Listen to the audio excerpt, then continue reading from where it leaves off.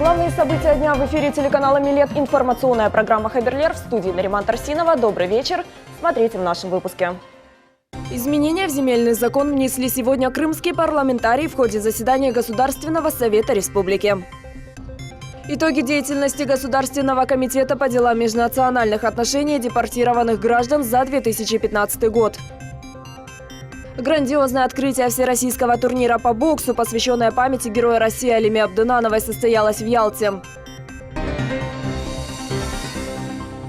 В Крымском парламенте прошло второе заседание 4-й сессии Государственного совета Республики Крым. В рамках заседания парламентарии во втором чтении приняли законопроекты о порядке и условиях присвоения звания ветеран труда Республики Крым, о физической культуре и спорте в Республике Крым, а также внесли изменения в действующие законы о муниципальной службе в Республике Крым и в закон о предоставлении земельных участков, находящихся в государственной или муниципальной собственности. Подробности в сюжете Асана Бибулаева. Крымским парламентом также были одобрены отчеты министра внутренних дел по Республике Крым Сергея Абисова о деятельности полиции и других подчиненных органов внутренних дел. В 2015 году МВД по Республике Крым выполнены поставленные задачи по обеспечению безопасности граждан, защите их прав и законных интересов на территории Республики Крым. Не допущено нарушение общественного порядка при праздновании 70-летия Победы, других государственных праздников, обеспечен правопорядок в Крыму в период курортного сезона. Взаимодействие с органами власти и другими правоохранительными органами удалось не допустить роста преступности и сохранить контроль над оперативной обстановкой в сложный период, связанный с прекращением подачи электроэнергии в Республику Крым из Украины. Работу в данном направлении продолжаем проводить. А также председателя Счетной палаты Республики Крым Анатолия Заиченко о деятельности ведомства за 2015 год. Одной из главных и фундаментальных задач Счетной палаты остается контроль за формированием и исполнением бюджета Республики Крым и бюджетов территориальных государственных небюджетных фондов, экспертиза нормативно-правовых актов, влекущих расходы республиканского бюджета. Вместе с тем, Счетная палата в 2016 году уделит больше внимания контролю за эффективным и целевым использованием бюджетных средств, выделенных по важнейшим направлениям сферах здравоохранения, культуры, жилищно-коммунального, дорожного хозяйства, транспорта, топлива и энергетики.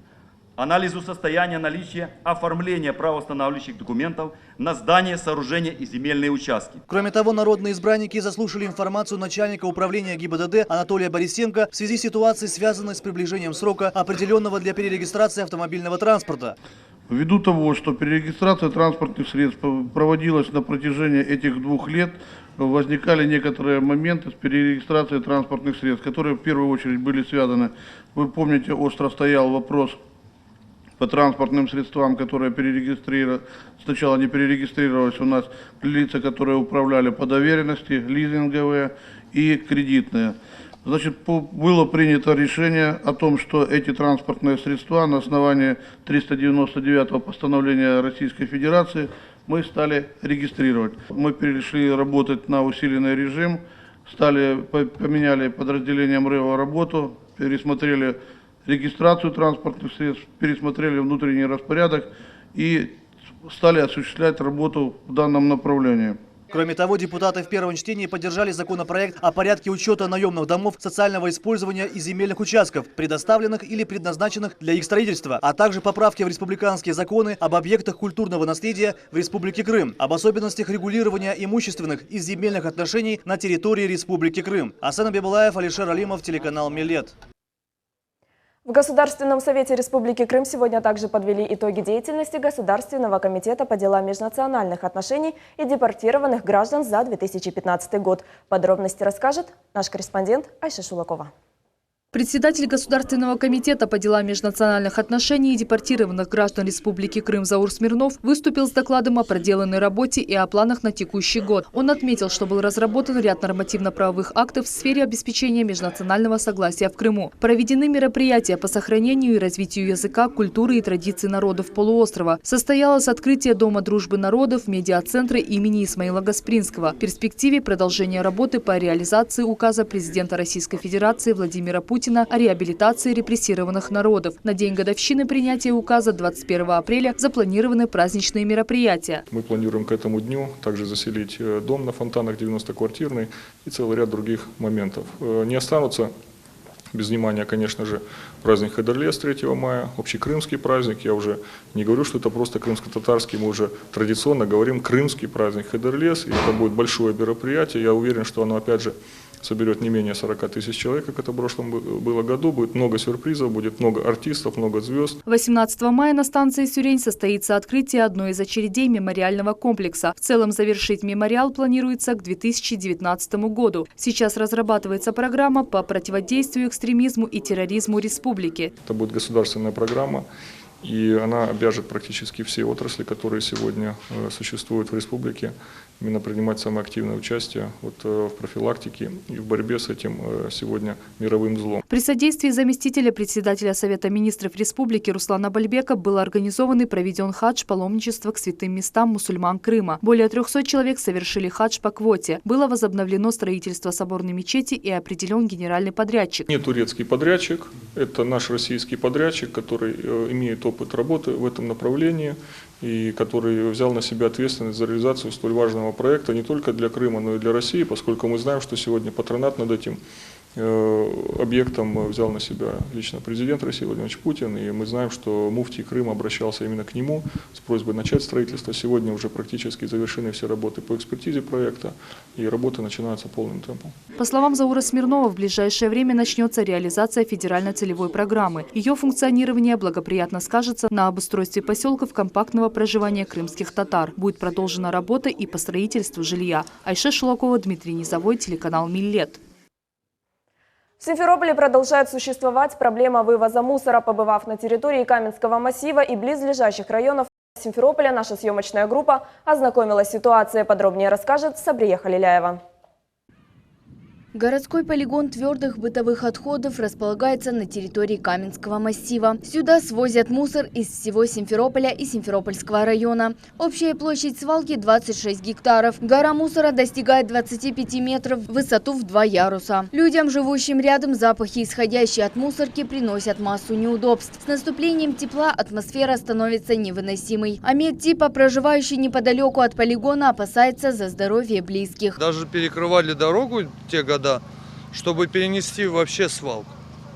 Потому что детям на здоровье влияет постоянно респираторные заболевания у детей. Участок дороги протяженностью 300 метров между селами Трудовой и Денисовка местные жители хорошо знают как местную свалку. По обочинам вот уже 20 лет валяется различный строительный и бытовой мусор. Полиэтиленовые пакеты ветер разносит по посевным полям. Местные жители надеются на помощь властей в решении этой проблемы.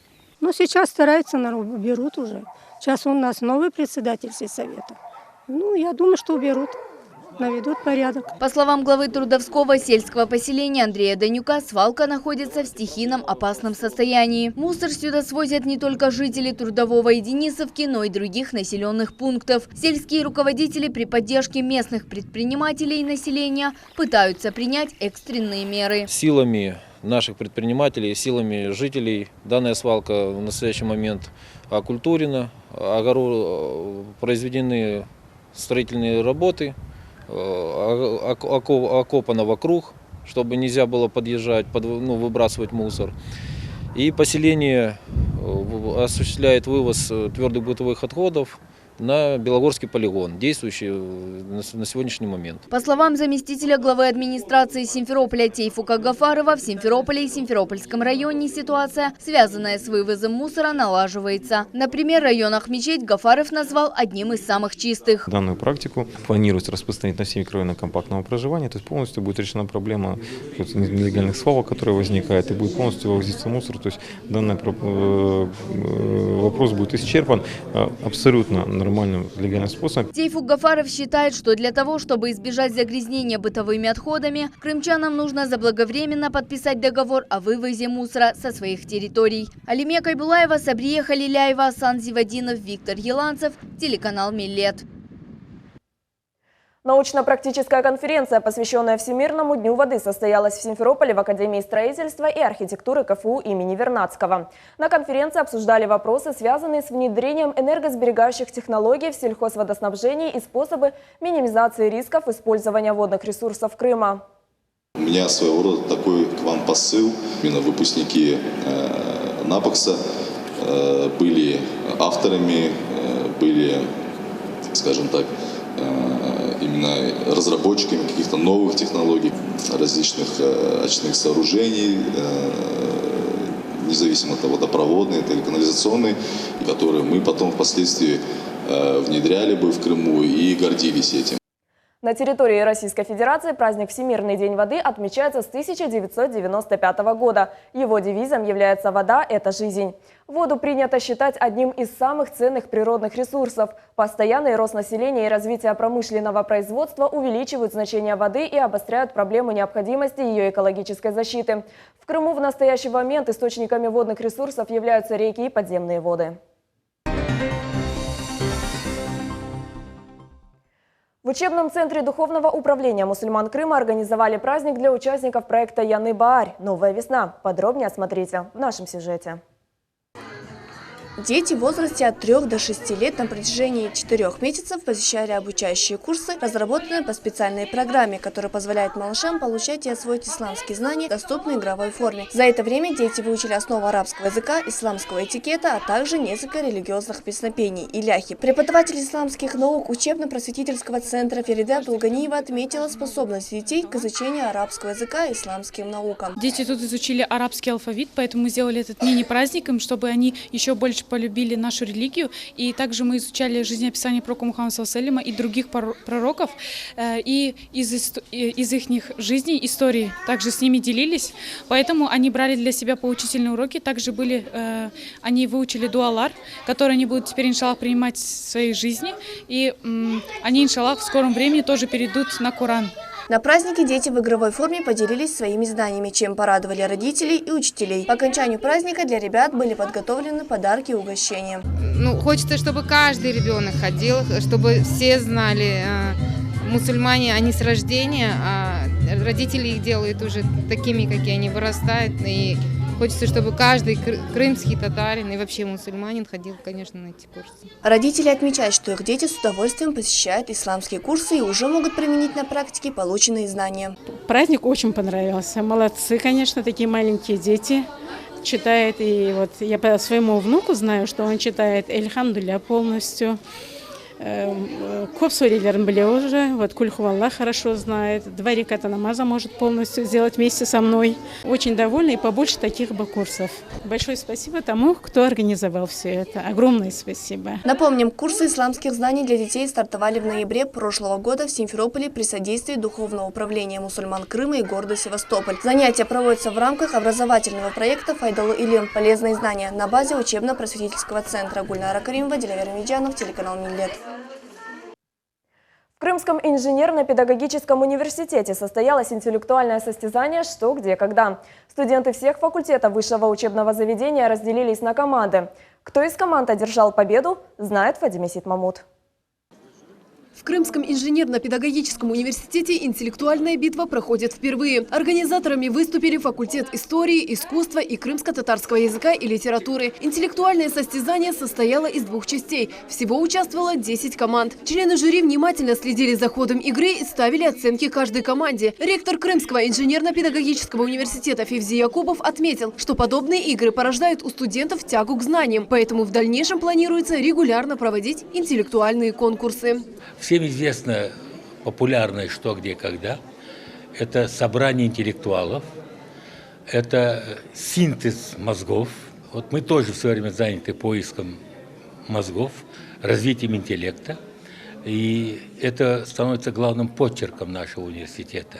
Вот мы уже 20 лет ведем шахматы. Это один из главных составляющих для развития мышления.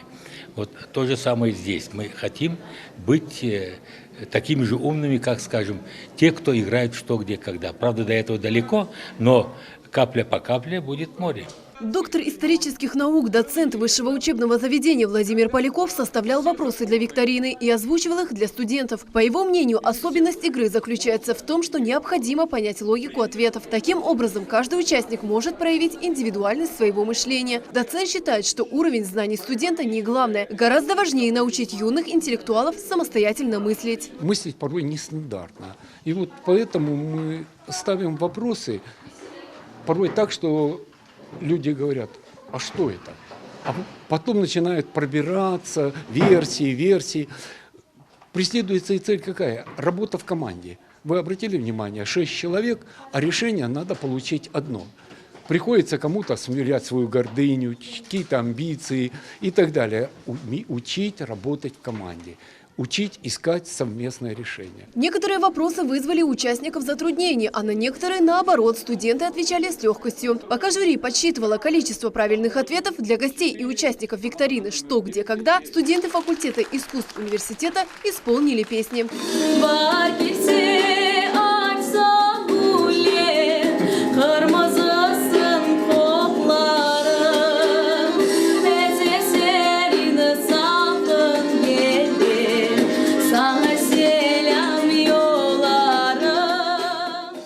Приняли участие студенты нескольких кафедр – крымско-татарского языка и литературы, иностранной филологии, журналистики и других направлений. А победу в этом состязании одержали студенты-историки. Первый раз собрали команду из незнакомых людей, потому что у нас было всего 5 курсов историков, и мы с каждого курса взяли по одному человеку. То есть команда была абсолютно не собрана, и ребята практически друг друга не знали. Но мы пришли сюда, сразу была установка у нас расслабиться и играть в свое удовольствие. То есть не было такого, что мы готовились заранее к этому всему. Мы пришли, если знаем ответ, отвечаем, если не знаем, обсуждаем, большинство голосов решаем. И как-то так получилось, что большинство голосов все-таки вытянуло нас. Нам удалось победить. Участники увлеклись интеллектуальной игрой. Они собираются и в будущем принимать участие в подобных конкурсах. Преподаватели, в свою очередь, планируют сделать игру «Что, где, когда» традицией университета. Фатиме Сейтмамут, Виктор Юланцев, телеканал «Миллет». В Ялте состоялось открытие первенства Российского студенческого спортивного союза по боксу среди юношей 13-14 лет, посвященное памяти Героя России Алиме Абдынановой. Соревнования проходят под патронатом Совета министров Республики Крым. Тему продолжит корреспондент Мавиле Юб.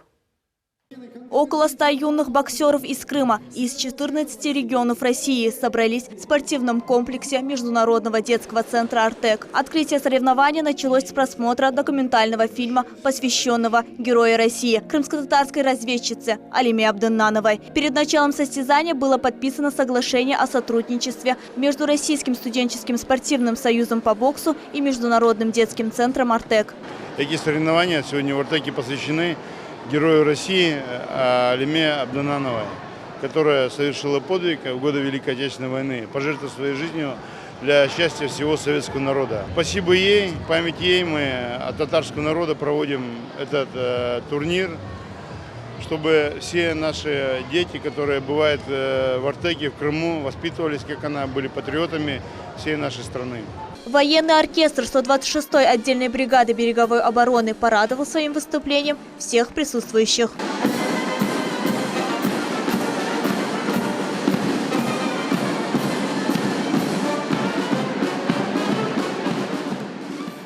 За выход в финал Лютви Асанов боролся с боксером из Новосибирска и одержал победу. Крымский спортсмен признается, что в 20 проведенных боев 18 одержал победу.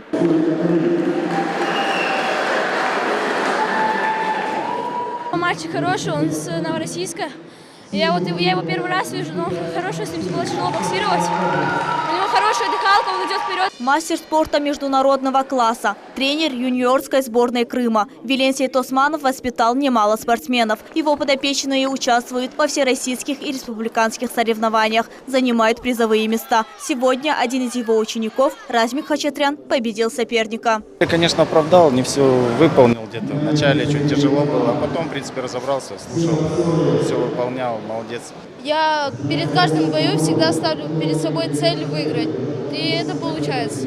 Я бы хотел стать чемпионом мира, чемпионом Олимпиады и хотел бы равняться на своего тренера.